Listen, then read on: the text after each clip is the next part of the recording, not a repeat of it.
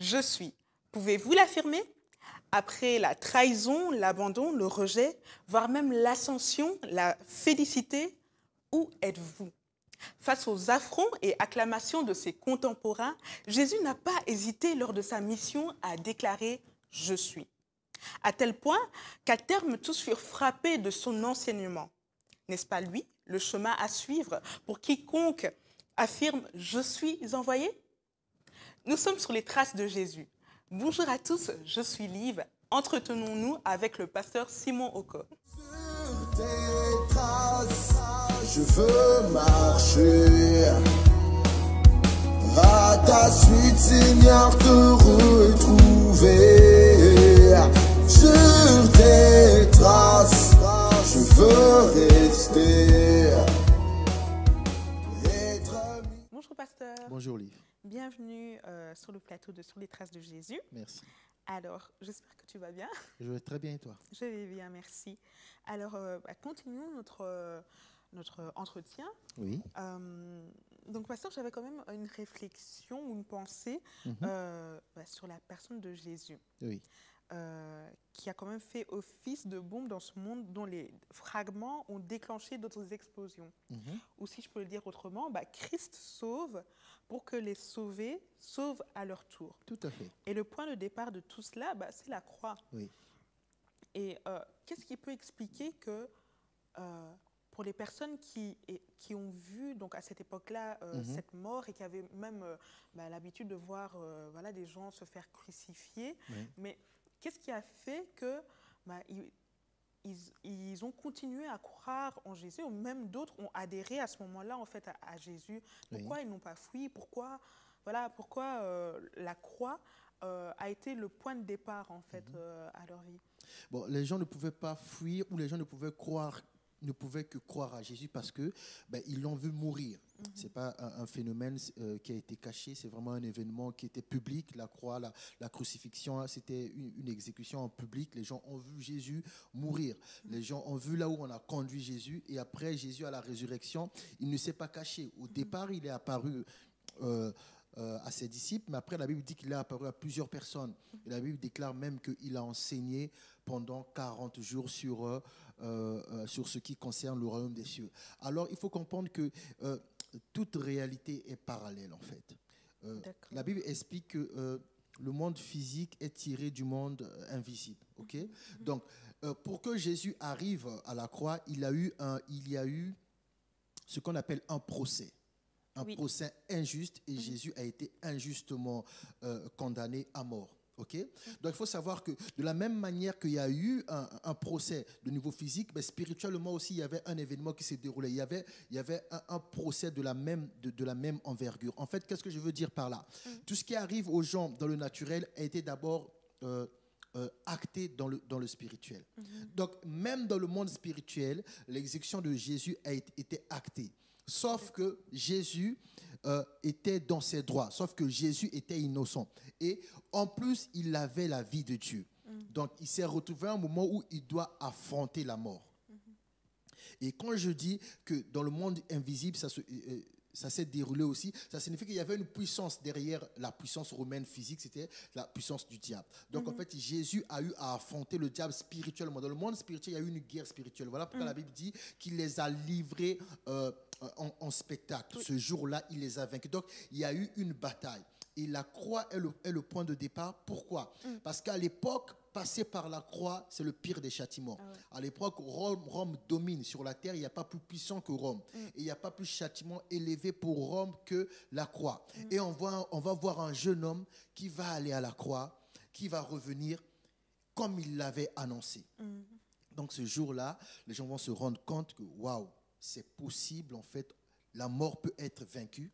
Et surtout, le châtiment le plus horrible de ce royaume de Rome qui s'impose par la puissance peut être vaincu. Donc à partir de ce moment, les gens ont eu vent de ce qu'on appelle la bonne nouvelle. Parce qu'à la croix, Dieu était en train de corriger les erreurs de Adam par Jésus, qui est le dernier Adam. Donc ils étaient obligés de suivre parce que c'est quelque chose qu'ils ont vu. Ils ont vu le monsieur mourir. et ils l'ont vu vivre encore parmi les hommes. Donc ils étaient obligés de suivre. Pourquoi? Parce que c'était la première fois sur toute la terre, dans n'importe quelle civilisation, qu'une personne revienne à la vie. Je dis bien revienne à la vie. Je ne dis pas qu'on puisse voir l'image de cette personne pendant la nuit ou quelque part, mais qui revienne vraiment à la vie, qui passe du temps avec d'autres hommes, qui mange, qui boit, en fait, qui vit. Oui. Donc c'est ce jour-là, Jésus a apporté les preuves. Et vous savez, dans tout procès ou dans toute histoire, quand on apporte les preuves, ben, on cloue aussi la bouche de l'adversaire. Donc Jésus avait cloué la bouche du diable. Amen. Ok, bah, pour continuer sur cette lancée, comment nous, aujourd'hui, on peut comprendre ou même appréhender l'œuvre de la croix? L'œuvre de la croix pour nous est pour nous une source de puissance. Parce qu'il n'y a pas de résurrection sans puissance. S'il y a une résurrection, c'est parce qu'il y a puissance. La Bible déclare que l'Esprit qui a ressuscité Jésus d'entre les morts rendra aussi la vie à notre corps. C'est-à-dire le Saint-Esprit est descendu avec puissance et il a ramené Jésus d'entre les morts et il l'a ramené parmi les vivants. Quand un chrétien veut affronter les puissances des ténèbres ou veut affronter n'importe quel événement sur la terre, il doit savoir que sa source de puissance, c'est vrai que c'est Dieu, mais la porte d'entrée de la puissance de Dieu sur la terre, c'était l'œuvre de la croix. Pourquoi? Il fallait un sacrifice. Dieu est une divinité et chaque divinité fonctionne en fonction des sacrifices. Et le sacrifice que Jésus a fait est le sacrifice suprême. Et ce sacrifice a permis une explosion de sa puissance. Donc nous les chrétiens, la croix ce n'est pas un fait historique, mais la croix est la source de notre puissance. Donc un chrétien, c'est comme ça qu'il doit prendre la croix. Il a un problème, il doit savoir qu'en fait tout ce qui m'arrive de négatif a été cloué à la croix. Et tout ce qui m'arrive de négatif, bien que ça m'arrive, mais ces choses ne sont pas légales. Pourquoi? La croix est un fait qui a produit des effets, juridiques devant Dieu, et Dieu est un Dieu de justice. Et quand un chrétien se souvient de la croix dans cet aspect-là, ben ce chrétien devient victorieux et il affronte ses problèmes de victoire en victoire. Ah oui, bah quelque part, nous ne pouvons pas... Si je rebondis sur ce que tu dis, bah, quelque part, on ne peut pas rester dans le statut de victime, je veux dire, parce que c'est la victime qui apporte les preuves de son innocence. En fait, c'est la croix qui... En fait, quand les problèmes nous arrivent, nous devons avoir à l'esprit qu'on nous accuse injustement. Alors nous devons apporter notre preuve. La preuve, c'est quoi? C'est la croix. C'est un acte. Vous voyez, c'est même resté dans l'histoire. Il y a un avant Jésus, il y a un après Jésus. Et spirituellement, c'est pareil. Il y a un avant Jésus, il y a un après Jésus. On peut nous accuser, alors on va dire, ok, ce que vous dites était valable, mais c'était avant la croix. À partir de la croix, quand une personne se lamente dans les problèmes, c'est parce que soit elle est ignorante, ou soit elle ne veut pas se lever. Parce qu'en soi, Dieu a déjà mis toute personne en position de se lever. Mais se lever est un choix. Se lever n'est pas un désir, c'est un choix. Tout comme on peut faire le choix de ne pas se lever, rester au lit. Dans la vie aussi, on peut faire le choix de ne pas se lever, de prendre sa vie en main. À ce moment-là, on ne pourra pas dire qu'il y a trop de problèmes. C'est vrai qu'il y a des problèmes, mais pour ceux qui ont cru en Jésus, Jésus a posé un acte, l'acte de la croix. Et c'est l'acte à partir duquel, quand Dieu regarde sur la terre et que quelqu'un invoque Dieu en parlant de cet acte, Dieu ne peut que répondre. D'accord. Et en parlant justement, tu parlais de la ligne du temps, il y a un avant et un après. En t'entendant déjà parler, quelquefois tu disais... la croix a un effet rétroactif. Oui. Est-ce que tu peux un peu développer pour ceux qui n'ont pas encore eu l'occasion En fait, d'entendre dans cela? la loi, il y a des lois qui ont un effet rétroactif. C'est quoi un effet rétroactif? Par exemple, une loi peut être votée en 2000, mais cette loi va aller toucher les affaires qui ont eu lieu dans les années 90, par exemple. C'est ce qu'on appelle la rétroactivité de la loi. C'est-à-dire, aujourd'hui, on dit toute personne qui a été violée a droit à tel dédommagement. Et on dit toute personne qui a été violée. On ne dit pas qui a été violée à partir d'aujourd'hui. Donc même une personne qui a été violée il y a 20 ans, à partir de la loi, cette personne peut porter plainte et avoir des dédommagements. Et l'œuvre de la croix est une œuvre rétroactive. Donc même si nos ancêtres ont péché avant l'œuvre de la croix et qu'aujourd'hui nous sommes victimes de leur péché, du moment où il y a l'œuvre de la croix, les effets de l'œuvre de la croix vont remonter. En fait, on peut dire que la loi de la grâce va remonter jusqu'au premier péché pour nous gracier. C'est ça qu'on appelle un effet rétroactif. Il y a des lois, en fait, quand on les vote, ça prend effet à partir d'aujourd'hui et ça ne régit que les événements futurs. Mais il y a d'autres lois, ça prend effet à partir d'aujourd'hui et ça régit également les événements passés. Pourquoi? Cette loi a été votée, promulguée, parce que ceux qui ont mis en place cette loi avaient le souci de régler un problème depuis le passé, c'est-à-dire revenir sur l'injustice dont les gens ont été victimes et après protéger les futures victimes de l'injustice future. En fait, c'est ce que Dieu a fait par Jésus à travers l'œuvre de la croix. Revenir à l'injustice dont nous avons été victimes par l'œuvre d'Adam et aller aussi sur les prochaines injustices qui pourraient nous arriver. Ok. Waouh. Je ne sais pas si je peux le dire ainsi, mais finalement, l'œuvre de la croix, ça peut être... comment dire, l'élément clé de notre procès qui va nous faire sortir de notre procès, si je peux dire ça comme ça, et clore notre dossier. Voilà. Alors, pasteur, nous avons bien saisi, je pense maintenant à ce stade-ci, que Jésus était en mission sur la terre. Et j'ai tout de même une définition à te soumettre. Oui. Si je te dis amorce. Donc l'amorce est un produit qui, une fois jeté à l'eau, appâte le poisson, donc l'appât. Oui.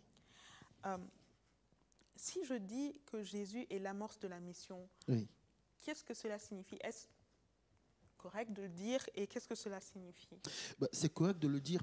Pourquoi? Parce que Jésus va dire à Pierre, suis-moi, je ferai de toi un pêcheur d'hommes. Or, pour pêcher, il faut un appât. Oui. Si Jésus dit à Pierre que Pierre va devenir pêcheur d'hommes, c'est qui l'appât? Donc Jésus était lui-même l'appât. Jésus savait que c'est lui qui va attirer les hommes. Et une fois que les hommes seront attirés, appâtés, Pierre n'aura qu'à faire quoi? À pêcher ces hommes. Voilà pourquoi il va dire à Pierre un jour, quand tu seras converti, affermis tes frères. Donc Jésus lui-même était un appât. Qu'est-ce que l'appât? Qu'est-ce que l'appât? L'appât, c'est une autre façon de dire l'amorce. C'est cet élément-là qui permet, cet élément-là qui de par sa présence va permettre à appâter, c'est-à-dire à attirer notre cible. Et Jésus est vraiment l'amorce de la mission. Il dit à un monsieur, il a bien utilisé le mot péché. Tu vas pêcher des hommes, ça signifie qu'il faut un appât. Mais il n'a jamais dit c'est qui l'appât. Or, l'appât, c'était lui-même. Et Jésus, en fait, pour que Pierre puisse pêcher des hommes, il faut que les hommes soient présents. Okay? Donc Jésus va l'amener dans un terrain où il y a des hommes, c'est-à-dire le terrain de la maladie, le terrain des problèmes, et Jésus va commencer à prêcher, Jésus va commencer à enseigner, et Jésus va commencer à guérir les malades. Quand Jésus va commencer à enseigner, prêcher, guérir les malades, qu'est-ce qui va se passer? La Bible va dire que la foule qui suivait Jésus n'a pas cessé d'augmenter. Donc la foule a commencé à augmenter. Donc Pierre était maintenant en position comment dire, il était vraiment en position de pêcher ces hommes-là. Donc, Jésus est vraiment l'amorce de la mission. Pour qu'une mission commence, il faut qu'il y ait cet élément qui va provoquer la détonation, où les gens vont se rendre compte, il y a eu une explosion, les choses viennent de commencer. Et Jésus, en fait, par sa prédication, son enseignement et ses miracles, il a permis cette détonation. Et ce qui a fait que, en fait, comme les hommes étaient conquis et qu'ils voulaient maintenant connaître le chemin.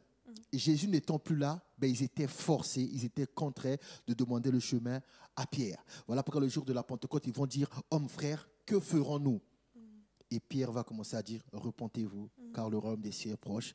Et Pierre a gagné ce jour-là, la Bible dit, 3000 hommes. Ok, parfait. Merci pour ces éclaircissements encore une fois. Et on peut dire aussi de Jésus qu'il a été un excellent missionnaire. Oui. Mais qu'est-ce qu'un excellent missionnaire? Et quelles sont les qualités de celui-ci? Qu'est-ce qu'un excellent missionnaire? Un excellent missionnaire, j'aimerais dire, c'est celui qui fait par excellence.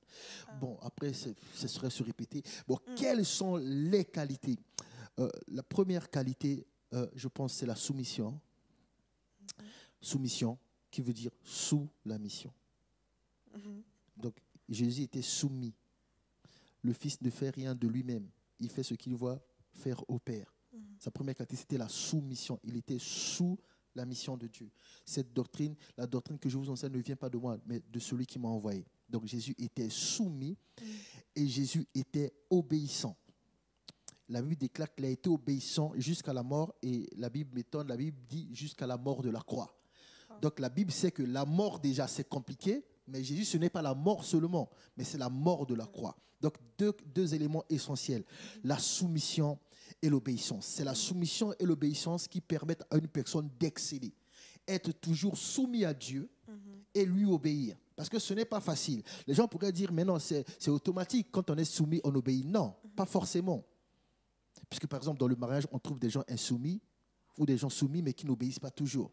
Et on a un exemple parfait avec Jésus. Jésus, à un moment, il dit, si c'est possible, que cette coupe s'éloigne de moi. Mais Jésus est soumis. Puisque s'il était insoumis, il allait dire, je rejette la coupe. Il dit, si c'est possible, donc il demande une autorisation. Si c'est possible que cette coupe s'éloigne de moi, il était soumis. Mais après, comme il connaît la mission, il était obéissant. Après, il dit, toutefois, non pas ma volonté, mais la tienne. Il était soumis, il était obéissant. C'est ce qui donne un missionnaire excellent. D'accord. Et alors, comment faire alors pour demeurer un excellent missionnaire? Comment faire pour demeurer un excellent missionnaire? C'est, en fait, en stratégie militaire, il y a deux règles importantes. La première règle, c'est fixer l'objectif. La deuxième règle, c'est pas analyser l'adversaire. Les gens pensent des fois que quand les militaires ont fixé l'objectif, ils vont soit analyser l'adversaire ou analyser leurs forces. Non. En stratégie militaire, les armées les plus efficaces, leur première règle, leur premier objectif, c'est fixer un objectif. Leur deuxième règle, leur deuxième objectif, se rappeler de l'objectif fixé. On fixe l'objectif. Premièrement, avant toute chose, c'est quand notre objectif, c'est le point A. Deuxièmement, qu'est-ce qu'on fait? On se rappelle que notre objectif, c'est le point A. Parce qu'il faut avoir un objectif, il faut se rappeler de l'objectif. Les gens se perdent en chemin. Pourquoi? Ils ont fixé un objectif, mais ils ont oublié l'objectif. Ou ils ont adapté l'objectif. Une véritable armée fixe un objectif, se rappelle de son objectif. C'est la deuxième règle. Vous voyez? La première règle est la plus importante. Mais la deuxième règle, qui est la plus importante après la première, consiste à ce que les hommes se rappellent de la première. Exactement comme ce que Jésus a dit en parlant de l'amour.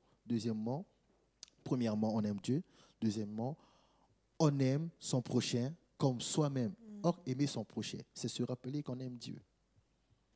Donc, c'est dans ces conditions-là qu'on ne pourra pas passer du mauvais côté. On fixe l'objectif. Deuxièmement, on se rappelle l'objectif. Si on ne se rappelle pas l'objectif, c'est grave.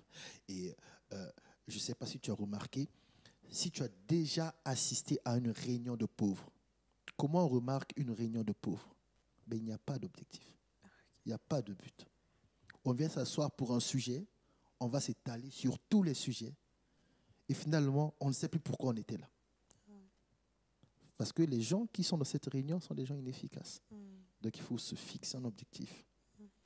Et il faut se rappeler l'objectif. L'objectif, c'est Dieu qui le fixe. Et c'est à l'homme de se rappeler. Parce qu'on a été envoyé. Un envoyé doit toujours se rappeler que j'ai été envoyé pour. J'ai été envoyé pour. J'ai été envoyé pour. Pierre et les autres, à un moment, ils étaient submergés pour donner de la nourriture aux veuves et tout. À un moment, ils se sont dit, non, on va choisir des gens parmi vous parce qu'il est avantageux que nous, on se consacre au ministère de la parole et de la prière. Donc, Pierre et les autres se sont rappelés, non. Nous, on a été envoyés pour la parole et la prière. L'église a l'argent, c'est bien, il y a les veuves, on a de quoi leur donner, mais on commence à s'égarer là.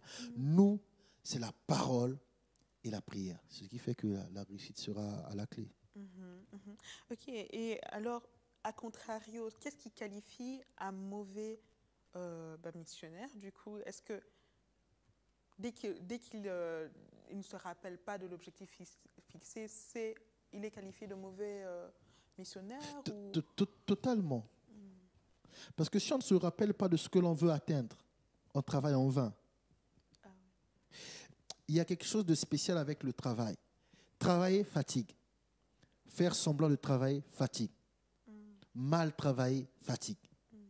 Donc dans tout ça, la personne sera fatiguée. Mais c'est être un mauvais missionnaire que de se fatiguer pour rien. C'est être un mauvais missionnaire que de faire semblant de travailler. On doit fixer un objectif et se rappeler. Dès qu'une personne a oublié pourquoi elle est dans une réunion, elle peut parler avec éloquence. Ça ne sert à rien, elle a oublié pourquoi elle est là. Elle peut parler avec éloquence. C'est ce qui fait qu'il y a beaucoup de familles qui finissent mal. Pourquoi?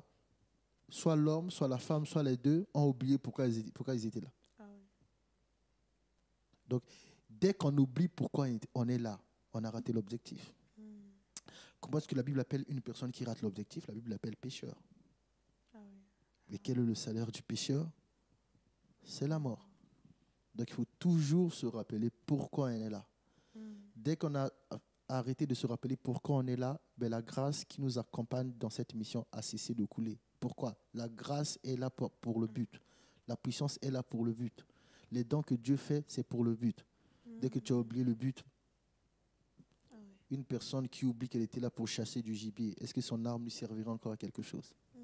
Non. Donc, dès qu'un missionnaire oublie l'objectif, ben, il devient un mauvais. Il devient un mauvais. Il fait la mauvaise chose. Ok. D'accord. Donc, sans cesse se rappeler l'objectif fixé. D'accord. Et pasteur, quand on parle de Jésus, ou alors qu'on qualifie Jésus comme amorce et comme missionnaire, est-ce qu'il y a une différence entre les deux ou c'est complémentaire ou alors est-ce qu'il est missionnaire dans l'amorce? Bon, l'amorce sert à appâter les gens, à attirer les gens. Ok? Ça signifie que la mission de l'amorce, c'est attirer les gens. Donc l'amorce, dans son fort intérieur, a une mission. Je veux pécher, j'ai besoin d'une amorce. Pourquoi? Ça attire les gens. Mais l'amorce a une mission, attirer les gens.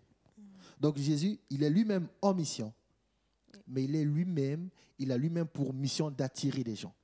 Donc il est l'amorce de la mission, mais l'amorce en lui-même aussi a sa mission, c'est-à-dire attirer les gens, c'est-à-dire son utilité. Son utilité, c'est attirer les gens. Il est là pour sauver le monde, mais en même temps, il est là aussi pour attirer le monde vers les disciples qu'il a formés. Donc, en fait, on ne peut pas être choqué de voir qu'en fait, l'amorce joue les deux. L'amorce en lui-même a une mission. Sa mission, c'est attirer.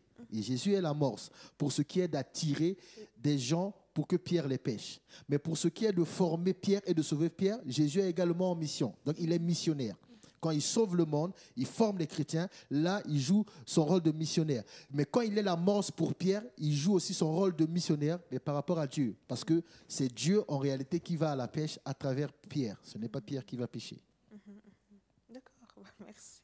Merci, pasteur. Merci pour ces quelques points. Et c'est ainsi que notre entretien du jour se termine. Je pense qu'on a eu des clés essentielles, en tout cas, en ce qui concerne l'œuvre de la croix, mais aussi notre place en tant que missionnaire, tout simplement. Merci beaucoup et alors on se retrouve bientôt. À la prochaine. À la prochaine. Sur tes traces, je veux marcher. À ta suite, Seigneur,